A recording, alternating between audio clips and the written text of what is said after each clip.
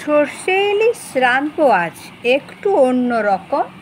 জানতে হলে শুনতে হবে আমার বকম বকম। মাছটাকে হালকা ভেজে রাখলাম তুলে, তেলটাকে রাখলাম ঢেলে ভাতে মাখবো বলে।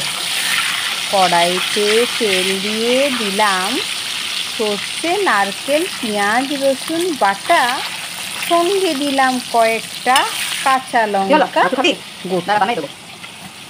জল দিয়ে ফুটতে দেব মাছগুলো, তাতে স্বাদ মতন লবণ হলুদ দিয়ে দেব তাতে।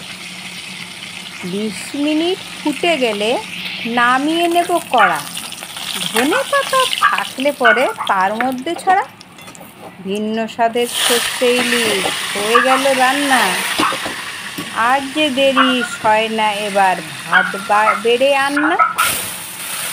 আমি এখন খেয়ে দেখি কেমন হলো রান্না। যাবার আগে একটু লাইক কমেন্ট করে যান না।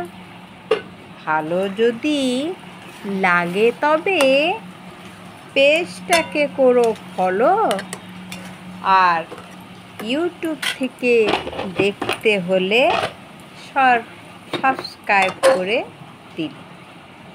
Tata, bye bye.